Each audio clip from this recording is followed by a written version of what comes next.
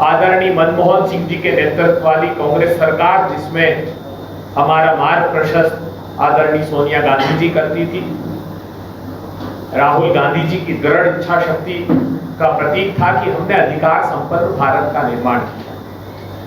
2005 में सूचना का अधिकार कानून हमने पारित किया। 2006 में हमने 10 करोड़ आदिवासी परिवारों के लिए जल जंगल जमीन और उनकी आजीविका का कानून वनाधिकार अधिनियम पारित किया। हमने 2009 में बच्चों की शिक्षा के मार्ग को प्रशस्त करने के लिए शिक्षा का अधिकार कानून पारित किया। हमने 2013 में इस देश के किसान भाइयों की जमीनों का अधिकार देने के लिए जमीन के उचित मुआवजे का कानूनी अधिकार उनको दिया। हमने इस देश के 86 करोड़ लोगों को उनकी भोजन का अधिकार 2013 में पारित करके दिया। मगर बेहद दुर्भाग्यपूर्ण बात है कि हम 2005 से 2013-14 तक सूचना के अधिकार कानून को और सुदृढ़ बनाते गए। पारदर्शी प्रशासन के लिए हमको ये लगा कि भारत के नागरिकों को यह हक होना चाहिए कि पारदर्शी तरीके से देश में क्या काम किया जा रहा है, ये सूचनाएं उनको मिले। मगर दुर्भाग्यपूर्ण बात है कि 2014 में मोदी सरकार आने के बाद निरंतर सूचना के अधिकार कानून को कमजोर करना प्रारंभ कर दिया गया।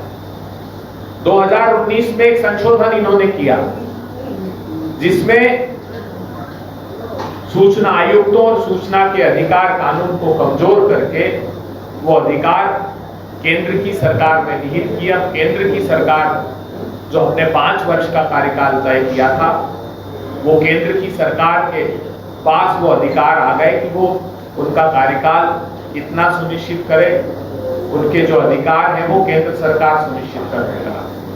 तो बड़ा हमला 2019 में मोदी सरकार ने सूचना के अधिकार कानून पर किया। उसके बाद digital personal data protection act 2023 में लेकर आया। उसमें आरटीआई एक्ट के सेक्शन 8 को कमजोर कर दिया। ये कहकर कमजोर कर दिया कि जो पर्सनल डेटा है, अगर वो लोकहित में भी है, अगर वो लोकहित के लिए बेहद जरूरी भी है, तो भी उसको जारी नहीं करने का, जाहिर नहीं करने का प्रावधान उसमें जोड़कर सूचना के अधिकार कानून को कमजोर किया। इसके बाद मोदी सरकार ने दूसरी तरह से खेल खेला ताकि भारत के नागरिकों को सूचना न मिले। तो उन्होंने, आप जानकर हतप्रभ रह जाएंगे कि 11 सालों में 7 बार ऐसा हुआ कि सूचना, केंद्रीय सूचना आयुक्त का कार्यालय मुख्य सूचना आयुक्त के बगैर 7 बार खाली रहा। रिटायरमेंट के बाद उनके अपॉइंटमेंट्स नहीं किए गए। 4 लाख से अधिक 29 सूचना आयुक्तों के अधीन देश के 4 लाख से अधिक जानकारियां आज भी पेंडिंग है। केंद्र की यूपीए सरकार, कांग्रेस सरकार ने विसिल ब्लोअर प्रोटेक्शन एक्ट पारित किया था ताकि जो समाज के हित में विसिल ब्लोअर हो, उसके अधिकारों को, उसकी जान की रक्षा के लिए उसको प्रोटेक्ट किया जा सके। मगर आप हतप्रभ रह जाएंगे कि उस विसिल ब्लोअर प्रोटेक्शन एक्ट को आज तक मोदी सरकार ने वास्तविकता का धरातल नहीं दिया, उसके रूल्स फ्रेम नहीं किए, उसको जमीन पर लागू नहीं किया। बिहार की स्थितियां तो इससे भी भयावह और दयनीय। आप जानकर आश्चर्यचकित रह जाएंगे कि यहाँ पूरे सूचना आयुक्तों की नियुक्ति तो की ही नहीं गई है, मगर 2017-18 के बाद सूचना आयुक्तों ने सूचना के अधिकार कानून के तहत जो सेक्शन 25 में अनिवार्य है, अपनी वार्षिक रिपोर्ट देना ही बंद कर दिया। अब प्रदेश के नागरिकों को यह जानकारी नहीं होती कि कितने लोगों ने जानकारी के आवेदन किए, कितनी उसमें से इन्होंने अपीलों को डिस्पोज ऑफ किया, कितनों को जानकारियां प्रदान की, कितने लोग अपील में गए, उन अपील का क्या स्टेटस है। आप चौंक जाएंगे कि औसतन अपील और जानकारी बिहार में 5 वर्ष लगते हैं औसतन। ये बहुत गंभीर आक्रमण सूचना के अधिकार कानून पर है।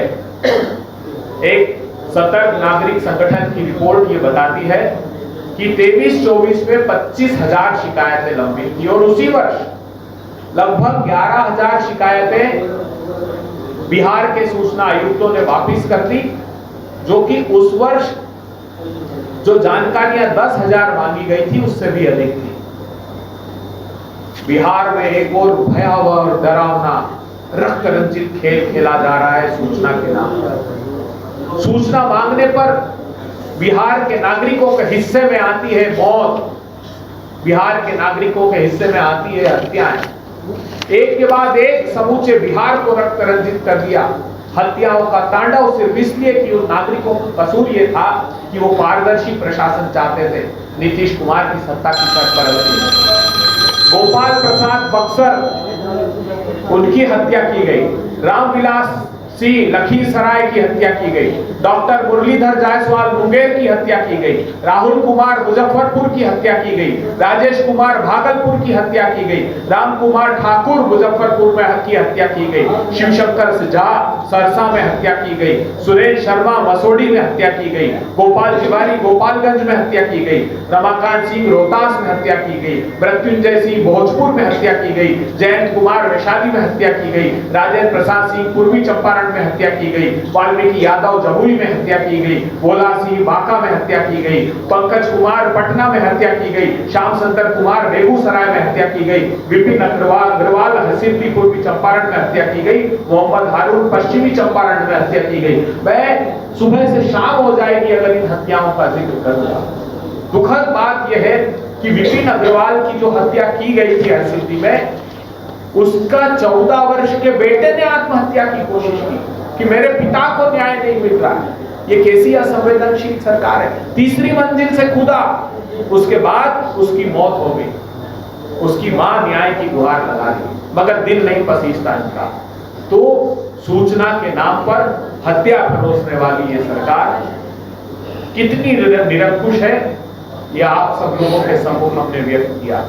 हम बिहार की जनता से आग्रह करना चाहते हैं, जो 20 साल 20 सवाल का क्रम हमने प्रारंभ किया है, तथ्यात्मक बातें, इन सब बातों का संज्ञान लीजिए।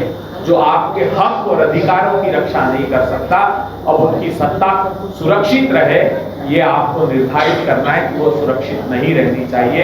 अब इन ऐसी सरकार को, ऐसी निरंकुश निर्दयी सरकार को बदलने का मौका है।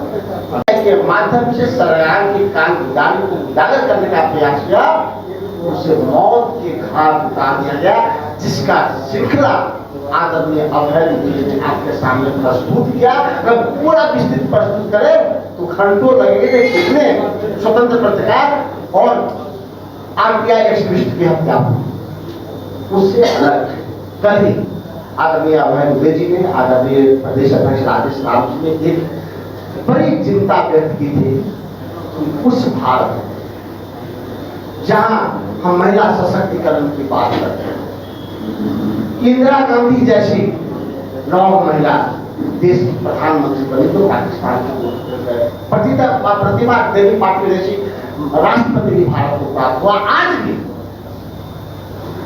भारत के राष्ट्रपति एक सशक्त मजबूत आदिवासी महिला। हम झांसी रानी की बात करें, ऐसे अनेक उदाहरण मिलेगा। हम यहाँ तक भी उदाहरण दे सकते हैं कि जब कोरोना काल था, तब दरभंगा की एक बेटी अपने पिता को साइकिल पर लेकर गुड़गांव से दरभंगा पहुंच गए। उस भारत में आज तालिबानी हुकूमत की तरह व्यवहार किया जाता है कि तालिबान के विदेश मंत्री के पेशवार्ता में हमारी महिला बने नहीं आएंगी।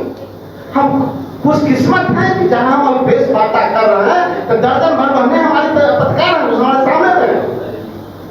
और दुख इस बात का नहीं तालिबानी कानून का लागू किया, दुख इस बात का है कि देश के प्रधानमंत्री मौन है, दुख इस बात का है कि देश के गृह मंत्री मौन है, दुख इस बात का है देश के विदेश मंत्री मौन है। मुझे विश्वास है हमारी सरकार होती, चाहे वो जितने भी उनके दौरे पे विदेश मंत्री आया होंगे तालिबान में, अपनी जहाज से उनको मैं तालिबान में पटक देता। आज भी वक्त है, भारत सरकार देश की आधी आबादी का सम्मान करे और विदेश मंत्री जो तालिबानी है उनको तालिबान करे और मुंह खोले। एक तरफ आप 10,000 रुपया का प्रलोभन देने की बात करते हैं। देश की महिला गौरवशाली महिला है, झांसी की रानी को याद कीजिए, लड़ने वाली महिला है, इंदिरा गांधी को याद कीजिए, पाकिस्तान को दो टुकड़े करने वाली महिला है। आप उनको तालिबानी विदेश मंत्री से अपमान करते हैं। अब तक वो वापस नहीं गए हैं, प्रधानमंत्री मुंह नहीं खोले हैं, प्रधानमंत्री देश की आधी आबादी से माफी मांगे। धन्यवाद।